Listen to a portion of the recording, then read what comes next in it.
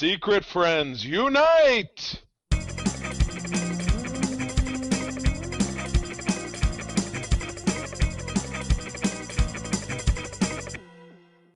Welcome to the Secret Friends Unite podcast, episode 361. This is your guide to the geek side, and I'm one of your hosts from beautiful Savage, Minnesota. I'm Todd Oxtra, with my beautiful background and my Phoenix shirt. Joined by Charlie Carden, the master of the Treks and Wars. Trekkin', Warsin', all the live Chosen? long day. We got a trekkin' convoy. My wife is just playing me some hillbilly trucker music upstairs. We were just having a conversation about music. So yeah, I'm all over the place without a doubt. No, Sunday night had a great day. Did my first in studio yoga practice in about 3 or 4 years. Really centered me. I feel good. I feel really good. So I'm all about this. Let's party. Let's get geeky. Let's talk about Superman issue number 361 from 1981. Charlie. Yes. Damn. 50 cents, all new. And apparently, and you'll see this if you're watching the video podcast, because I put the comic right in front of everybody's face. We see it. It's between me and Charlie. So you'll see this. So Superman, apparently, to beat this Kryptonian beast, he has to throw Captain Strong, who I don't know who he is, but he's got a weird haircut, directly at him. Like, it's almost like the Cannonball special, which Colossus and Wolverine used. I guess that'll work. But not quite the Cannonball Run from the film of the same name, performed by Chuck Mangione, who also gave us that, oh my God, Morning's Here. Feeling Morning's good. Here. Isn't it good feeling good? Or something like that? Something like that. Yeah, I'm drawing a blank. Yeah. Was featured most recently on the Geek stream in Doctor Strange. Yes, very fun times. Yes. But there's an extra story, Charlie, in this issue. What is the mystery identity of Superman 3 in the year 2020? Well, we didn't meet him in 2020. Maybe it's Talia Hoechlin from Lois and Superman. Could be. It's interesting because this came out in 1981, which was between Superman's 1 and 2. So when they say Superman 3, are they talking? I mean, I know DC's very big on Earths, 1 through 68. I know I'm reading that flash forward right now, which is all about for our next episode, all about different multiverses and whatever. So yeah, I would really like to know, Todd. I know that you said one of our projects was to actually read some of these single issues, so I think we should probably get around to it at some point, don't you think? Yeah, we've got to probably pare down the selection because we've been doing the covers for I don't know how many episodes now, right. at least 50. I mean, it could be longer. Yeah, we could simply use like a random number generator and like maybe give it a range, and then it could pick one at random. Yes, because we could do that, and then we can just look at our podcast doc, and what does it generate? That's fine. I think that's a good way. We do 5 issues, 5 random covers based on a random number generator. It sounds like democracy. I'm into it. I like it. It's a cheerocracy, as you were saying absolutely. earlier. Yes, man, absolutely. But so that's cool. That is our intro. Yes. Yeah, that is the one. But when we're out of the intro, we actually we snag an Uber. We pop down to the corner of Hollywood and Vine and have a word with our senior news correspondent, the lady who knows what's in the know with what's in the know. That would be Madam Webb with Madam Webb's Rumors and News. So let's make it happen. Now it's time for Madam Webb's Rumors and News. Take it away, boys. Thank you, Madam Webb. We are back again. Oh, it is championship weekend for the NFL. If you remember, you were originally an NFL owner with the, I believe it was the Cleveland Spiders back in 1992. You bet them all on futures of asbestos. Did not work well. Sorry. Ouch. No, that'll certainly give you some lung cancer. Not a good thing. Thumbs down. So Anyway, Todd, this first nugget that Madam Webb gave you, this is right up your alleyway. I found this one for you earlier today, so go for it. Yeah, this is kind of weird. I don't know what is actually going to come of this, but you know what? If it happens, okay. I'll believe it when I see it. Netflix has had some success with He-Man so far, with She-Ra, then the He-Man series with Kevin Smith, and then they had their more kid-centric series, and that one was just renewed. And now we're getting essentially what was supposed to be a He-Man live-action film is now going to go to direct to Netflix, which I believe at this point with Mattel, I don't think they have a actual strategy at this point. I don't know if they do. Somebody tell me what it is. We are sans strategy. Essentially, right? I mean, it's because it's what? Master of the Universe, G.I. Joe, Transformers? Am I wrong? I don't remember. Started on G.I. Joe, the abomination that was the Snake Eyes film. Yikes. Yeah, so apparently they found their He-Man, which is Kyle Allen from West Side Story, which I did not see, but I heard apparently it was really good, but it was just Disney failed to just really... It really was, but I couldn't tell you which character he played. You know, I mean, he did play. There were several white guys, so thank you for that. One of that was it, the Jets. So was he Jet 2, Jet 3, Jet Stabby? I think he was Jet 7, who was gassy. He was gassy. Okay, like the Seven Dwarfs. Very nice. Right. Apparently this is supposed to happen in summer 2022. So this would be like, that's production, of course. So that means probably going to be in 2023. The Nee brothers, Lost City, Band of Brothers, are going to direct. The screenplay is going to come from Shang-Chi. Well, that said Band of Robbers. I think that was probably a different movie. You said Band of Brothers. I'm like, really? Band of Brothers? I'd like that better. Yeah, Band of Brothers would be bad. Band of Robbers. But this is bad. Yeah, exactly. The writer also wrote Shang-Chi, but also wrote Wonder Woman 84. Oh, that's not looking so good. Shang-Chi, yes. Women of Woman 1984, not so much. Yeah. So this might be shaping up to be basically a Masters of the Universe 1987 potentially. Would obviously love to see Courtney Cox and Robbie Duncan McNeil return, but yikes. So this would this be a direct to Netflix then? I mean, Netflix direct to Netflix. Yes. Okay. So this, well, then Netflix, the risk is mitigated for us as viewers, but not really for them as the studio, because again, I still struggle to understand the profit, the ROI matrix of films that go directly to streaming services. Subscribers. Right. If you put more content, you get more subscribers. But the more I look at it, I look at my Netflix account that has 5 profiles that include my in-laws, my kids, and my friend Miranda. So. But they keep increasing their prices. So it's like if you're going to cheat us, we're going to cheat you. Somebody's going to pay at the end. So it is what it is. Yes. Everybody is charging more. Disney Plus is charging more. HBO is going to probably charge more. Todd, is this basically a tack onto the old bumper sticker, gas, grass, or ass? Everybody pays. Absolutely, yes. In the world of streaming, everyone will pay for the content. If you want to subscribe to everything, you're probably going to play more than you used to pay back in the old days. Todd, don't tell your cord cutters friends, because it will be all good. They love it. They love it, Charlie. They love it. But you know what they'll also love? Well, they won't. What? But what I think is funny as hell is the fact that the steamed ham skit from Simpsons has taken on its own life, Charlie. Oh, my God. Oh, I love it. God, one of the 22 short films about Springfield. You know that I've been doing a Simpsons rewatch, and I'm pretty far beyond this now. I'm probably into the 99-2000 season, so which is funny because that was right when that would have been the fall when I was out of college. So, but 22 short films about Springfield back in 96, which is when you and I were living together. So we watched the Simpsons. We watch The Simpsons every week. That was a tradition. Yeah, we get pizza, watch that, and Voyager for some godforsaken reason. Because I think Voyager was on during the week, but I taped it.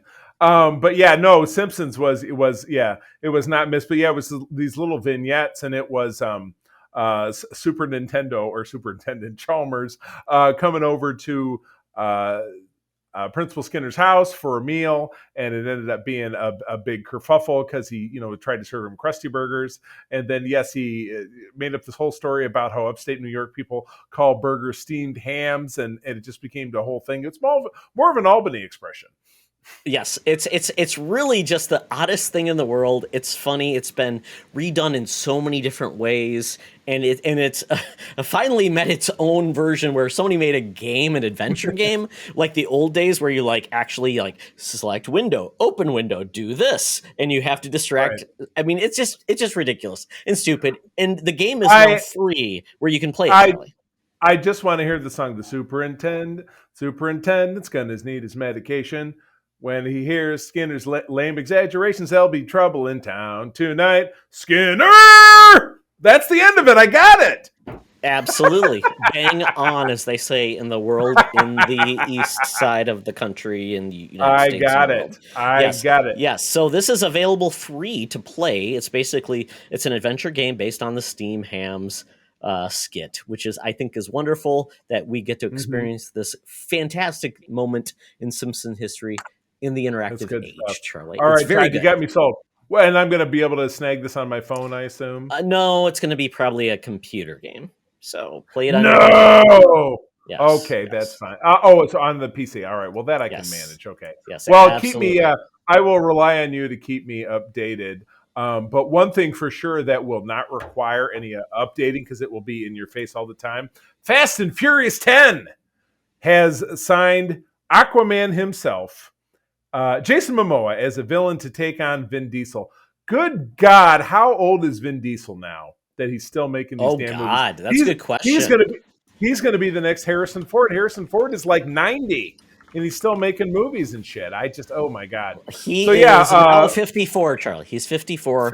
Looks the same age as he was when he was 22 because he's bald and big. I feel like estimates put him higher. So, but yeah, sounds like Fast and Furious 10 is going into production, and we're getting Jason Momoa as the villain. I love Jason Momoa. That's fine. I know we'll see this movie anyway because April loves him. Maybe love is too strong of a word, but the movies are ridiculous. They're great. April and I love going to the movies. I mean, I talk about that almost every episode. So I know we'll see this, but where are they actually all available? Is it Paramount Plus? Is it NBC? Peacock? What the hell did we do? We it's had a Universal one of them, film, right? They're Universal. We had one of them because my mom bought it and gave us a streaming code. So we have like the 8th one on that we own because of that. But the other ones we watched on, my God, I don't remember. I don't know. You said Universal show should be Peacock, right? Because they are NBC Universal Comcast, right? I know it wasn't there. It might have been. It was HBO Max at the time. Oh, I feel like some legacy deals before Peacock. Yeah, I feel like they're still over there. But yeah, you're right. Yep. By the time this rolls around, comes out of the theaters, then goes to streaming, then it'll be somewhere else. Yeah, I agree with you. Yeah, I don't think Peacock has like the same like within 45 days you'll see their movies. Maybe. I mean, I'm not going to lie to you. I don't have a bad thing to say about this. Comes out set to hit the theaters May 19 of 2023. April and I will go see it that weekend. I can absolutely guarantee it because it is Todd's strictest definition of dumb fun. Straight up. Charlie, I still have never seen any of the core movies. I only saw Are you serious? No, I've only seen the one, the spinoff. The Hobbs and Shaw. And I'm just looking at Peacock now. I do not see, when I search fast, I see no movies for the Fast and Furious. So I don't know. Yeah, no, HBO Max. Okay. I'm telling you. I feel like that's where we saw it. I don't want to go back. Like I know some podcasts are doing like the whole watch. I'm like, I don't want to go back. There's no point. Can you tell me like the movie to start with? Like, is it 6, 7, 8? I couldn't tell you that there's a differentiator between any of the films. I mean, in any film series, I can tell you, would watch Paul Walker's evil, alive or dead. He's still. The thing is, even though he's dead, he's still alive. He's never dead. He's never dead. No, because they dance around like, oh, Brian's coming now. Brian was his character's name. Brian, and then they show a minivan driving up, and Brian's coming to pick the kids up. Brian's doing, blibbity blue, and he's just. Well, I thought they said goodbye in like one of the movies. It was like the touching moment where they said goodbye. Well, it was they drove up and it was goodbye from him from the life. Oh God. Of the but in that film it was right around the time because of course Paul Walker famously died in an auto accident. Which is fair. You say your goodbye. You don't say he's still around. I mean, but yeah, they just have not managed to write him out of the films because they used in that film his brother to do kind of photo tricks to kind of still shoot it. So I don't know. It would be great if they found some way to finally get him out of the series or whatever. But regardless, this is. Are they going to pull a Mac and Me where he falls off a cliff in a wheelchair? Wow, I don't know that. I was thinking more of Marley and Me. Did that happen? No. If you've ever seen the dog fell off the cliff. Well, the Paul Rudd, Conan O'Brien, where every time Paul Rudd comes on, he shows a clip from Mac and Me. where the kid in the wheelchair falls off a cliff. It's classic Conan. I don't believe you. You haven't seen that? It's the best bit in the world. Every time Paul Rudd would go on Conan O'Brien, he would show a clip of Mac and Me rather than his real film. It was absolutely hilarious. Find me a smash cut, and I will take your word for it. I will absolutely do it. But this is kind of cool. I love the fact that Jason Momoa's in. You know, at this point, this is the new Expendables, where everybody shows up in the Fast and Furious, and they just do crazy things, and it's dumb. Right. Fun. I'm totally down with it. What looks like less dumb fun and more like it really looks gritty is this Halo trailer, man, over on Paramount Plus. Halo is a heritage video game. How long has it been around? Like forever, since ever? 2001, Charlie. So it's 20 years old. That is a very long time. So yeah. I mean, this looks awesome, and I know that we got a teaser for this at some point in the past. Like, maybe it was. I think it was like in December. We got it. Yeah. Oh, wasn't it? I thought it was maybe further back, like more around Star Trek Day, like it was more of a buzz, or I feel like we've talked about it before. But yeah, Halo is, I mean, that's a heritage video game series going back all that way. And of course, that's Todd's jam. But yeah, we got a trailer tonight during the AFC Championship game between the Chiefs and the Bengals, which the Bengals won. Was that an upset? Correct. Was that people? It was a big upset. That? They have not been to a Super Bowl in 31 years. Icky Woods showed up. Icky Woods, famous for his Icky Shuffle. Oh, so if they're going to the Super Bowl, who are they playing? We don't know yet. That's happening right now. We've got the NFC game. It's going to be 49ers versus Rams, and so one of those teams will make it and play the Bengals. Okay, so I spent a lot of time in Cincinnati for one of my past jobs. Wait, I got a quick question about that, Charlie. In Cincinnati, did you have the Cincinnati chili? Never went to Skyline Chili. You're a lucky one. You're a lucky man. If you want cinnamon flavored spaghetti. Chili sounds so repugnant that I mean I had because I've spent a lot of time in Cleveland. I spent not so much in Cleveland, but I spent a lot of time in Columbus, and I spent a lot of time in Cincinnati. And it's so funny. I was talking to, and it's funny. My boss now is based out of Cleveland. I was there with him just before Christmas, and I was talking to him about Skyline Chili, and he said, "Well, that's something more for the folks down south." So I love it in Ohio how they refer to things as up north. Well, it's practically in Kentucky, so it is kind of down. Yeah, south. Right. Yeah. No, it really is, because it's funny. I did a training when I was at that job, and I was in Louisville and then went over to Cincinnati, so I got to see all those beautiful Kentucky hills. I think Louisville, you're supposed to pronounce it like Louisville. Like there's zero consonants involved. Like Nolans, when New Orleans, Nolans. Yeah, there you go. Yeah. Okay, but anyway, talking about this. Back to Halo. Back to Halo. This looks amazing, and I saw who was the face. I saw actress Natasha McClone, I think, who is a dead ringer for correct. Dr. Hull was the creator of the Halo program. Yes, the very good program. Yeah. She's a dead ringer for a very good friend of mine, and was Hank Moody, David Duchovny's baby mama in Californication, one of my favorite shows. I feel like I haven't seen her in anything since then. But yeah, this looks fantastic, man. I don't know anything about the series other than what was, I think, pretty well illustrated in this series. That he's Universal Soldier, basically, isn't he? He's totally controllable and genetically engineered. Super soldiers created to basically combat these aliens who basically have come and they've absorbed other races, Charlie. So essentially, you're going to see multiple different types of aliens, but they've kind of absorbed them and made them basically part of a force called the Covenant. Ooh. The Covenant's like these masterminds, and they grab like these little funny creatures called grunts, which are just cute and funny, kind of like Jawas, and they talk a lot. They go, "Oh my God, we're gonna kill Master Chief! Oh no, he's gonna kill us!" They do just the weird dialogue. And then you got grunts who are basically this big. You got brutes who look like apes, and then you got these weird like creatures which you saw. They are I can't remember their names, but they're crazy. You got these like. Weird laser swords they've got, so we're gonna see a lot of that. But yeah, the like weird little triangular laser. I feel like I've seen those absolutely in like or whatever. Yeah, I've seen those. That's a one-shot kill right there, Charlie. Yeah, that's hot stuff. So this looks fun, and we're getting this. What's the date on this bad boy? This is like March 26th. Yeah, something like that. And I can tell you right now, this did its job, because my friend Sean Nias, who's been on Co-op Mode, he's a big friend of the show. He's a good friend of mine in Minnesota. He says, "I want Paramount Plus. How do I get it?" So when somebody who does not like those core shows asks about it, this did its job. you just pretty much go on and get it the regular way. But yes, absolutely. And tell your friend to watch some Star Trek. Make him a convert. It's your mission. I try to break him out of the Star Do Wars. it. He's Star Wars and MCU. That's his big thing. Star Trek. He's Star reading Trek. comics.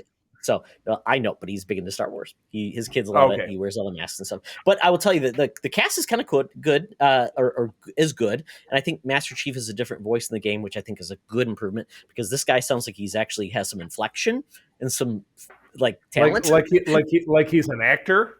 Absolutely. So Pablo Schreiber is Master Chief. You mentioned Dr. Halsey. Bokeem Woodbine is Soren 066. Bokeem Woodbine. That's I thought he was. I thought he was a rapper. I'm sorry. Yep. He looked real familiar. Yeah. He was a shocker in Spider-Man: Homecoming. But that's cool. No, I'm really looking forward to this, and because it's Paramount Plus, it'll be a weekly drop, which obviously keeps the action moving. So, last, Todd, you are throwing something out there that you think is going to be a hook for me. So, Charlie, yes, I will say this is kind of a preview to the Geek Easy, but Apple TV Plus just dropped a new show called The After Party, which Charlie, I think you'll absolutely love. It's a dumb premise. It's basically these kids, these not kids, but these people get together for a high school reunion after 15 years, a really good cast, and it's all about they're gathered together and there's an after party after the high school reunion and a murder takes place. And wasn't that like a movie like a number of years back? I don't know. It was like a bachelor party, and it sure, was like why not? There was very bad things. Cammie Diaz was in it, and maybe that's where they killed the male stripper, I think. But this is just like the guy who invites all these people after ends up dying, and it's played by what's his name? Dave Franco. Yeah, Dave Franco. Oh, sure. Okay. Yeah, so he plays a character named Xavier. He's like this like internet superstar, things like that. Well, the funny part is, so he ends up dying. Spoilers, it's the first episode. But basically everybody else that's at the high school reunion brought on there is all the suspects. So Tiffany Haddish is basically interviewing all the people there to get their side of the story. Really good cast. I mean, it's got some good actors and actresses that I think is very funny. It's just really a funny, cool show done by Lord and Miller. This is on Apple TV Plus, so I think you'll like it. The first 3 episodes dropped. I watched the first on YouTube TV. I think it's in your wheelhouse, Charlie. I think you'll really dig it because it's got what's his name from Parks and Rec, aka Sonic, Ben. What's his name? Ben Schreiber. Schwartz. Are you talking about the guy who's Sonic? Schwartz. Yes. Yep. Yeah. So, but anyway, you were teeing all this up to something that had something that you think was going to be hooked for your Shirley. So absolutely. So when they're doing like the news talks about who this guy is that dies. His name is Xavier with an X, and nobody knows. But apparently, they talked about where he became famous. He had like a song called "X Marks the G Spot," so he did that. He did some other stuff, but he got I guess a breaking role in the biopic of Hall & Oates. I see still you look into my private eyes. They're correct. Watching you. And the biopic's called Private Eyes, and you've got Dave Franco as Daryl Hall, and you've got what's his name as Oates. There's like one scene from the movie. Channing Tatum as Oates, and it's hilarious. Charlie, you have to watch it just for that. Back in 2002. Back when I was living in Detroit and working at C&G newspapers, my buddy Dave Ribello, who's a very stereotypical short Sicilian Italian guy, he said, we're going to a costume party that was being thrown on by a coworker of ours. He says, I'm going to get a little fake ass mustache. You go to CVS, get one of those wands where you can wipe it through your hair and it gives you color dye and make your hair blonde, and we'll be Hall & Oates. And we fucking nailed it. I wish I still had a picture. We really, I'm an enormous fan. I saw them last summer. Daryl Hall's got a tour going on right now of just the East Coast, which kills me because I'd love to see him. I'm an enormous fan. So this sounds incredible. Yeah, so this is just one like small scene within the first episode, which is like 44 minutes long. Yeah, but it's hilarious. And now people are like, we want this biopic of this. Yes. Like, it's going to be great. It's just the scene of like where they come up with Maneater is the whole clip. And it's fantastic, Charlie. You will love it. So I'd say, do you have Apple TV Plus still? Not currently. No, it Okay. kind of phased Well, out. watch on We were YouTube. watching Watch that. Yeah, we were watching that show, the Schmigadoon, and we were watching Yeah, me the too. aerobic show, and then those both ended, and so we just let it fall off. So yeah. Yeah, so I would say is the first episode's on YouTube. Just watch it there. You can watch it through Roku or whatever, or you can watch it on your browser. But just watch the first episode. I think you really like it. So, and it's $5 a month if you have to do it, or we can maybe figure out a plan to share the pain and go from there. But I think you'd like it, and I think the fact that you would love the fact that there is going to be potentially a cool biopic, which we all love. Ooh, bring it on! I want it. All right, Absolutely. Good deal. All right. That's a wrap, son. So that takes us up out of the news. And so, yeah, got to get that phone back out, got to get that Uber, and get us down to the skeevy part of town, down to Scug Town, Zero Town, where we get into the Geek Easy, where we're talking about good stuff, things we're enjoying. So let's go. Talk nerdy to me. Talk nerdy to me. We're sitting in the Geek Easy, the cover band's playing, and drinks are poured. We're getting ready to talk about all the things we are geeking about in the world of nerd. So I'll kick it off with 2 new shows that I picked up this week. So the first one, Charlie, I think I messaged you about the show. It's on Roku TV. It's like 8 episodes long, and each episode is like 8 minutes long. It's just weirdly weird. It probably could be a hangover of Quibi, but the fun part about what the show is all about is Marvel versus DC and the stories that happen between these two companies in the world of comics. So the first 2 episodes I watched, and the funny part is it's a documentary, but it also has like this like mockumentary part where you get actors playing some of the characters. So Brendan Routh is playing Joe Simon, and somebody else is playing Joe Kirby. You get Patrick Warburton playing another person. But then you've got like real people like Joe Simon's daughter coming in. You get, some like real comic book people coming in and also telling their tales, which is very interesting and very weird. But each episode's 8 minutes long, which is very easy to get into. It's on the Roku channel. Everybody has it. It's free. There's no commercial interruptions, so you can watch it. So what you're trying to tell me is that this is a Quibi offload? It might be, but it's like 2 years later, so I don't know. But the first episode I watched was kind of cool. It was called The Nazis. So it was Marvel the and Nazis, DC's, very cool. Yes. So it was Marvel and DC's take on how they fought the Nazis during World War II, right? So right. It was like, Captain America punching Hitler in the face. It is the cover photo for every 4th of July party invite that I send out on Facebook. Yeah. So the first part was about how DC said they would do it. It was basically Superman would come in and basically in a day he could wrap up the war. So then you pivot, which is fine because people were like, oh, that's cool. Superman could save the day. But then it's like Joe Simon and Jack Kirby are sitting in in the theaters when they would show the clips of the news saying the Nazis are on the run.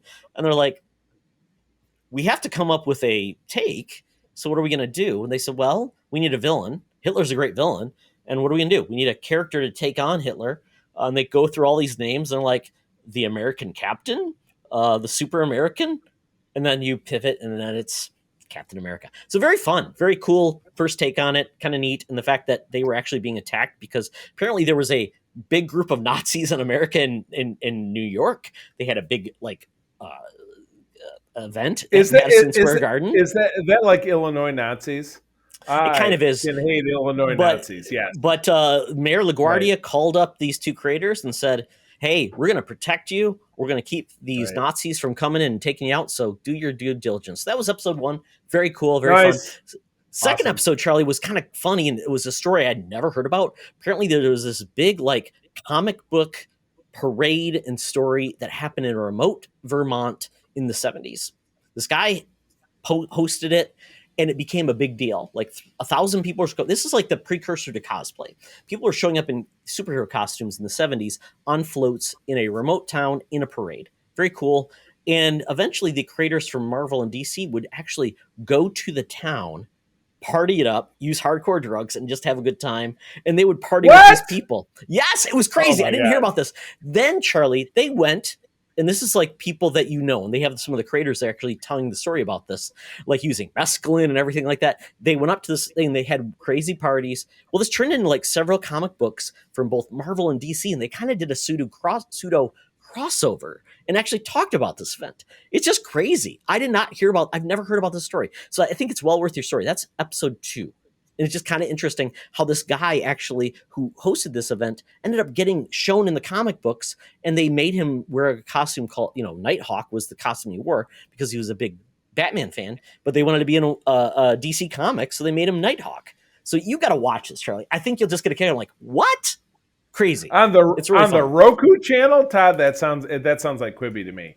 But if it's free, maybe so. All there's right, like 7 episodes, so you can knock it out in an hour, Charlie. All the episodes. Oh, they're 8 minutes each. Well, Todd, if anybody can find something that's free and cheap, it's you. That is to everyone's benefit. That is your superpower.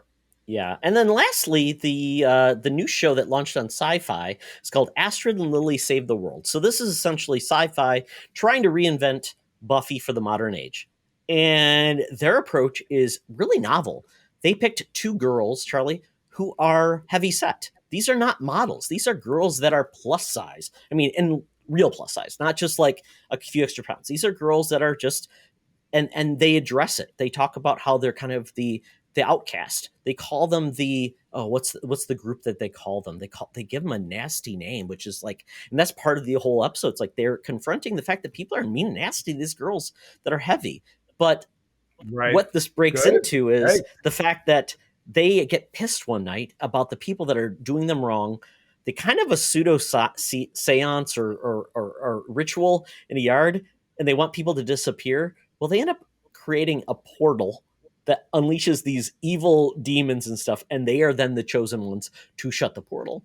And it's very entertaining. It's very cool. It's cool to see these girls that would never be the leads of a series embrace their role, are funny, are really character-driven, really awesome, and I think it's fun. And it's like that's their mission. They have to basically bring back these demons, and the first demon they take on is a unique take where basically this demon lives off the tears of people. He's called the tearjerker. So he eats the tears of his victims. So he traumatizes them with their fears and makes them cry. It's very unique. I like it. Watch the first episode. It's on Sci-Fi. It's free to watch on the app. I think it's a great take on people that are definitely not typically highlighted when it comes to leads in series. So check out Astrid and Lily Save the World. And they're not like little flowers that are scared to represent themselves, which I like. So they are definitely in charge of their own lives. Lots of little flowers. Well, Todd, since you told me that my interests are not of interest to you, I guess we're going to be talking about. Well, they're not of interest next. in the world of genre television. People like those shows, but they're not big into those, and they're great shows. I'm being censored, but that's okay. No, but you wanted to talk about some things because you talk about action figures. I want to hear about that. But no, it's okay. We'll save it. That's fine. But the Book of Boba Fett was. It was funny. I was watching this episode. And I'm like, okay, I'm gonna have a couple of minutes, and then we're gonna go back to the main storyline. But we did not. But we did get a wonderful episode, I thought. So this was basically the Mandalorian season 2.99999. We got a great Mandalorian story in this episode here. So we tuned into the Mandalorian Din Djarin, kind of back on the search. He was on this fun ringed planet, which, Todd, if I'm not mistaken, all the wags on the internet are basically saying that's a lift from Halo. That's the that's ring, setting. That's a big setting ring. That was so cool, Charlie, to see something we've never seen in Star Wars before. I'm like, that is cool as hell. I loved this it. crazy artificial world. Yeah, I loved it. But he's back on the hunt, and of course he has this this big fight scene where he's wielding the Darksaber, but doesn't know what he's doing and cuts himself, which I thought was funny because I watched it again. I watched it again today because Mark and I are going to be breaking it down in depth on Holocron, which we record tomorrow.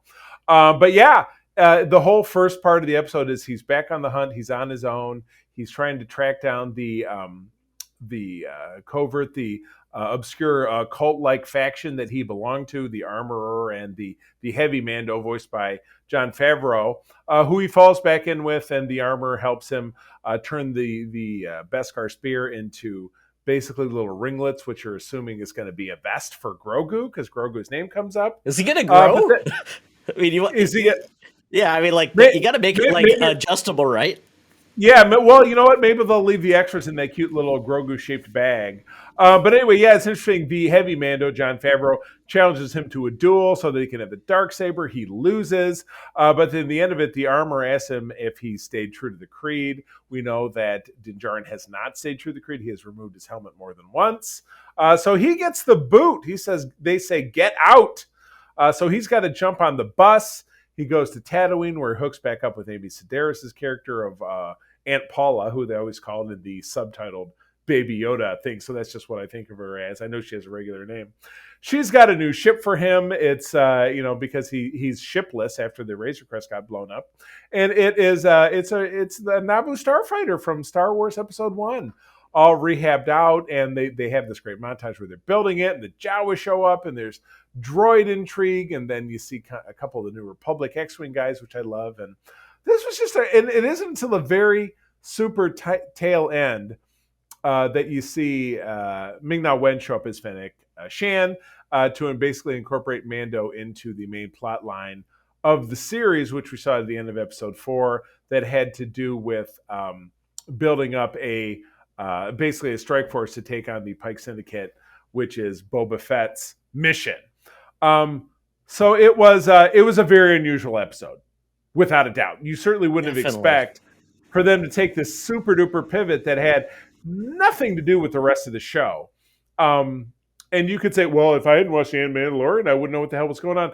Everybody's watched the friggin' Mandalorian. Okay, if you're watching the show, you've watched the Mandalorian, and you've watched it several times, like many of us. Who's just showing up for Boba Fett at this point, right? Yeah, nobody is, because again, this show has not, and again, it's a hot take, controversial take. It's not really been blowing anybody's doors off, especially not if you hold it up to the lens of comparing it to the Mandalorian. It's been pretty milquetoast. So this was a nice shot in the arm. I don't know that it's necessarily served or not served by the fact that Boba Fett hasn't really been so dynamic. But it was a wonderful, 48 minutes of entertainment. I loved it. It's great to see Mando again. He teased at the end that, well, I've got a delivery. I've got to find somebody first to get a delivery. So people are already saying that this trend could extend to the next episode. And again, we only have 2 episodes left, where Mando might run off and deliver his gift to Grogu, and maybe we'll see Luke Skywalker again as well. So I don't know. I would like to see this diversion be a single. Todd, just like you were hoping, the flashbacks would end, which they did. I don't want to see this become the hijacked program. You know what I mean? I would like to at least see them have the balls to step up and finish the story they're trying to tell. That's kind of where I saw.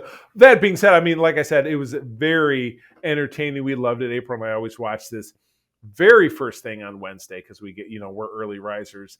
And so this was a great segment, but I don't want it to be, we're going to give Mando episode 6 and then we're going to absolutely cram everything into episode 7. And it's just going to be, your, 10 pounds of shit in a 5-pound bag, which we always used to say when I worked in advertising, because that's what most advertisements are. That's not what I want to see out of this.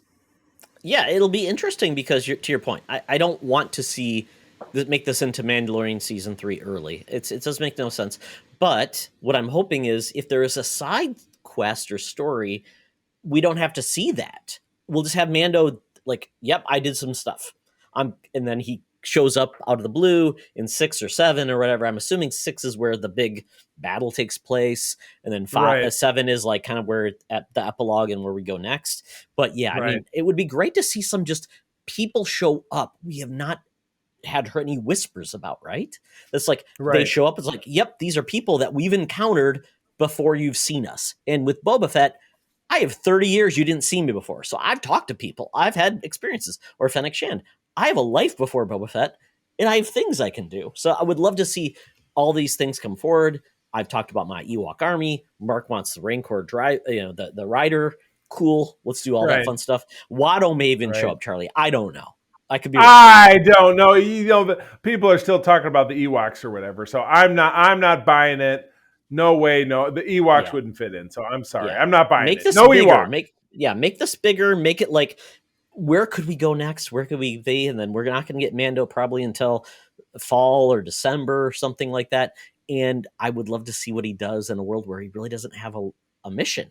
what does he do next? And maybe he gets one where he has to go to the waters of Minnetonka, like you said, to be cleansed. Oh, there you go. Yeah, exactly. The purifying waters of Lake Minnetonka. And hopefully, what's her nuts takes her shirt off. I don't know. You know what? It's crazy. It's Disney, but it's basically Charlie, they have to go to Hulu for that. Come on. Oh, sorry. All right. Well, if they're gonna have a boob episode, then they'll give us the black bars. There we go. That's right. Yes. Absolutely. All right. Very cool. Very cool. Yeah, it's been a fun ride, and that's going to wrap up. And then at that point, Charlie, we're on to Moon Knight, right, from MCU and Star Wars content. Yeah, and one would potentially summarize that we will see Kenobi on May 4. That would potentially make a lot of sense thereafter, or at least we'll know by then when that show will be on, because May the 4th is the Star Wars fake holiday. So followed by lots of phony fanfare. So anyway, and celebration, and celebrate. Yeah, when is Celebration? August? I think it's like 2 weeks later, after in May. Oh, I very think it's good. mid-May. Yeah. So we've got some time to cool on it, but then we'll get some Star Wars news. So anyhow, that ends the news. So Todd, we got to leave the country now. We got to get on Air Qantas on Koala Airlines to get down to the Thunderdome. Get us in front of the mutants to give them a topic. It'll be a game this week. So let's go. Welcome to another edition of Thunderdome! Thank you, Tina. We're sitting in the Thunderdome where we're gathered the Thank you, Tina. Thank you, Tina. We're sitting in the Thunderdome where the mutants been gathered for a topic or game to be entertained. And this week we're having a game that we haven't played in a while, Charlie, and that is 20 questions. Oh, I gotta put it on. I gotta put it on the spreadsheet though, because we can't screw that up. But anyway, no, carry on. Yes, because it's all about real estate and location. I am moving, and that's going to be a lot of fun. I don't really enjoy the process. I just care about where I'm going to and what I can get rid of in my house. So we're doing that, Charlie. We're doing locations this week. So 20 questions all about geeky locations. So Charlie, would you like to go first? I would like to receive first, so you can ask me questions. Okay, so 20 questions, and then on the 20th, essentially when you're done, you have to guess. So there we go. Okay. There we go. We'll start now with asking me questions about my location. No. You're asking me questions about my location. Oh, I thought you wanted to receive. So, okay. Oh, well, okay. I will start then. What's the opposite of receive? To give? I'm giving? To give. I'm receiving I'm receiving your questions. So okay, I will ask the questions about your location. Okay, excellent. Engage. Is this location in the MCU or Marvel Comics proper? Negatory, good buddy. Okay, is this a science fiction location? I would say yes. Okay, is this based on Star Trek? Negatory, good buddy. Is this based on Star Wars? Oh, damn it. Yes, it is. Okay, so at 4, we've got Star Wars confirmed. Is this a desert planet? Yes. No! How many desert planets are there in Star Wars? Holy crap. There are 2. Okay. Is this the location where Boba Fett was consumed? Or potentially consumed? Yes. Oh my god. It's going to be a record, folks. I know. Do Jawas and weird Power Rangers bikers live there? They do. Charlie, is this Tatooine? It is. I know you hate it so. You hate it like, so much. Like on the nose. It's like, oh my I know, god, but you would know that. hate it's it. not Cloud City. It's not Coruscant. It's not Dagobah. You hate it so much. Hoth. You hate it so much. I mean, I can. And I didn't want to get too inside baseball and give you something weird. So, but I know that you hate it so much. Well, Star Wars only has 8 locations. We all know that. I mean, even if you dig into the canonical lore, there are a lot of weird ones, but you would know them. But I gave you this one because both you and John are like, I can't stand Tatooine. Why you gotta blah blah? And then Mark is very philosophical about it. He's like, what connection does Tatooine have to the Force that it keeps drawing us back there? And see, that's how you know he's a real fan. It's called lazy screenwriting because we don't want to create a new world. So you're saying that the Force has a direction that's lazy screenwriting? Very interesting. And sets and props. and sets and Surprisingly, props. yes. You got it. We got some banthas lying around and some Jawas. Where else are we going to go? Oh, I don't know. How are banthas lying around? You just got to put the suit on the elephant. That's how a bantha. That's what a Exactly, bantha those is. big lips and the tongue. Oh my god. Yeah. So yeah, we'll go with that. So thank you, Charlie. For You're welcome. I got the rare win. I think I'm like the worst at this game. So neither one of us ever wins. So I guess I will receive. You've done pretty well. I think you've done better than me in the past. All right. Take the win, man. Take the win. I'll take it. All right. Well, then I will pitch. So good. All right. So your location. I'll Yes. probably ask the same questions you do. Is this a location found within the either Marvel Comics or the Marvel Cinematic Universe, as it were? Yes, it is. Oh, very good. Okay. Would this location be on the planet Earth? Yes, it would. Okay, very good. Would this location be in a tropical, jungle-like environment? Yes. No, very good. Would this location have things like dinosaurs roaming around in it? Yes, it would. Would this location have a trio called Kazar, Shana, and Zabu the tiger? Maybe. I think this location must be the Savage Land. Is that your answer? It is. Wrong. It's the Savage Land. Oh no! You're not getting me on that Minnesota technicality bullshit. Okay, since we both these got these under like these, should we do a second round? Because it seems like that was that's what I was thinking too. So round two. All right. Well, let me. Okay, you ready? Let me focus. Okay, very good. I've got it. Okay. So you're gonna ask me questions, correct? No, I'm gonna ask you questions. You're gonna ask me. Yes, we're gonna. Okay. Well, I will start now. Okay. So is this based on a place found in a comic book? No. Do you want me to just put my number in? Yeah, go for it. Okay, I'm not going to put 11 in. That would be bad. Okay, not in a comic book. Is this place found in a movie? Yes. Okay. Is this a property owned by Disney? No. Oh, okay. Movie, not Disney. Okay. Is the setting science fiction where this place is found? Okay. Science fiction, not owned by Disney. Ooh, okay. Ooh. Okay. Is this also a place where we would have seen a TV series in? In this place? Would we have seen this place in a TV series? No. Okay, not in a TV series. So movies only. Okay, quick question. Has this place been seen in any other media outside movies? Comic books, video games, etc. Hallmark cards. No. Okay. Movies only. Okay. Sci-fi.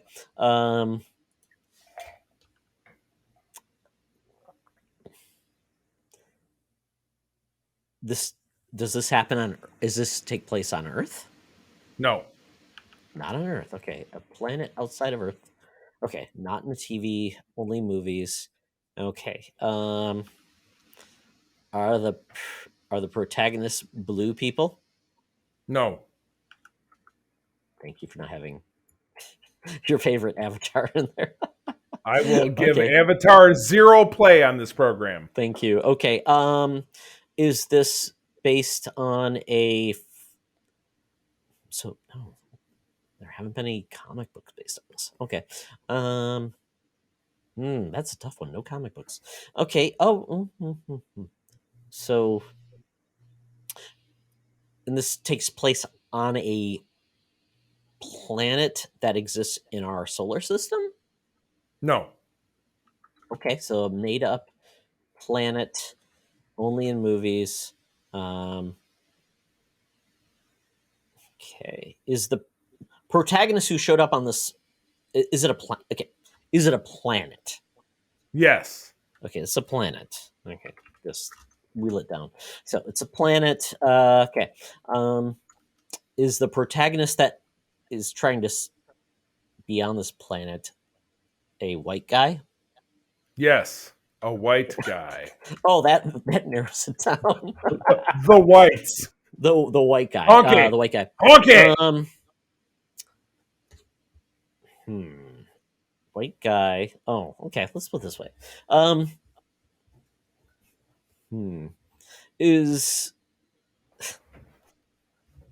Is there an element in this movie?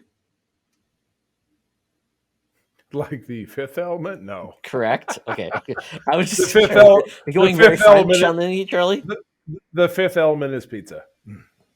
Correct. It always is. Oh crap. Yeah. So, oh boy. So, okay. Have we seen this location in the last 5 years on screen? No. Ooh, No. okay. 1.5 and done. Perhaps saying that was too there's- much information. I was going to say, has there been 1.5 movies? That's weird. Okay. One in like three-tenths of a movie. Okay. Is this part of a series of movies by Ridley Scott? Nope. Okay. Not Aliens. Okay. Aliens.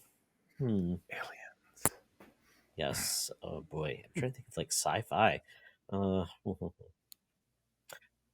Not in the last 5 years we've seen this. Oh boy, this is a tough one. So okay. Science fiction movies. Is this a place where humans live? No.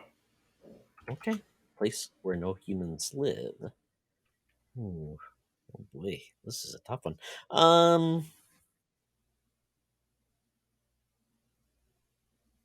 Have there been rumors that we'll see this planet revisited again in future movies? No. Oh boy, dead franchise. Oh, Charlie, you're killing me, man. I know. Well, I tossed you the softball, and now it's Yeah, you now it's did. time to now it's time to nut up or shut up. Which Okay. I know you'll do that to me as well. So I know I'm digging my own grave. Is this a So this is a place where are only hostile aliens living on this planet? There are hostile aliens that visit this planet. Yes. Okay. Did this movie involve, or the place where the animals or aliens involved include bugs? No bugs. No bugs. Oh, It no is not. Starship It is Troopers. not. It is not Clendethu. It's not. It's not Starship Ooh. Troopers either. Damn! I want to watch that movie again now. Look what you did to me. Yes, exactly. Neil Patrick Harris. Would you like to know more? Yes, exactly. Yeah, be a citizen. Contribute to the world. Oh boy. Okay. Did this plant place appear on screen before the 1980s? No. Okay, so after 80s. Oh, I'm really blanking. I got two more left. left. Crap. Okay. Ooh. Oh, this is like an original film. Oh my god. In this place, were the humans successful in doing their mission? As a matter of fact, they were. Yes. Oh, okay. Crap. Okay. Oh my god. I've got so Last this is one, the babe. last question I gotta guess. Okay.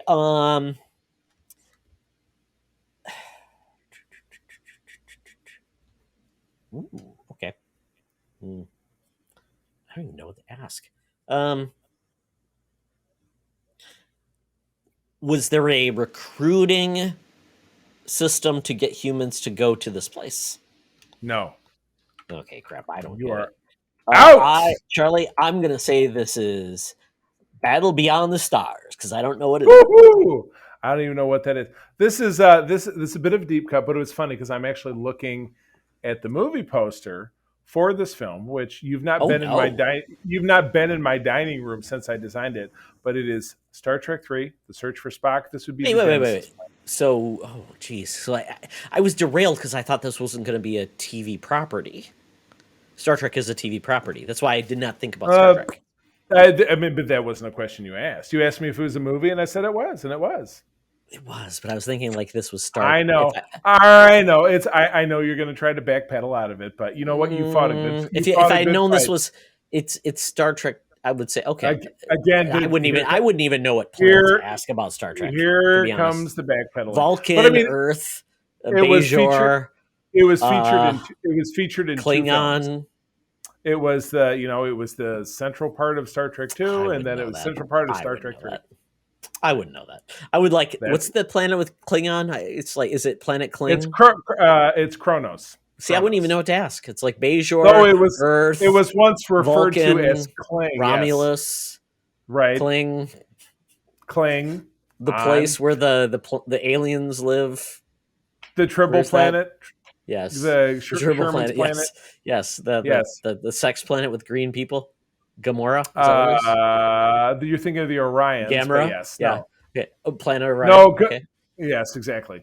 But yes, that was a deep cut. But you know what? You asked some good questions. Okay. Don't feel bad. So a revision. Right. If I mentioned TV, it means could this have been in TV or movies? Kind of. Is it the property? I guess so. We'll go there. It's you live, you learn. Okay. You live, you learn. Okay. So okay, Charlie. One. Okay. All right. Well, I'll keep track of myself. So, number 1, is this a locality that would be found in a comic book property? TV or movie or comic? No. Okay, not comics. Would this be a science fiction property? No. Would this be something that takes place on the planet of Earth? No. Well, it's not verbatim confirmed if it is Earth. But it's not science fiction. So it's fantasy. Would this be something that would the genre would potentially be described as fantasy? Yes. Okay, very good. So would this be a world populated by orcs and dragons and things of that nature? Yes. I heard some hesitation there, but again, with yes/no questions, you can't. Well, you really elaborate. You mentioned a few things, and it's like, well, some are there, some are not. So you're pretty broad in your guess. Would this world be populated by denizens who would be closely related to what we would consider to be human beings? Yes. Okay. Would this be set? Does this character? Is there a character in this world who would be described as a dwarf? No. No. Okay, it's not a Game of Thrones scenario. Okay. Would there be characters in this world? I don't want to. There are no dwarves in Game of Thrones, Charlie. Well, Peter Dinklage is a small person. He's a dwarf. He's a human, but he is not a race of dwarves. He's not a race of dwarves. Okay. So, like Lord of the Rings, they have a race of dwarves. So. Oh, and okay. So, spinning off of that, is this a game about is on this world whose locality is potentially unconfirmed? Would this be centered around a series of political intrigue? Correct. Okay, very good. So it's fantasy, political intrigue, a world which could be Earth. In this world,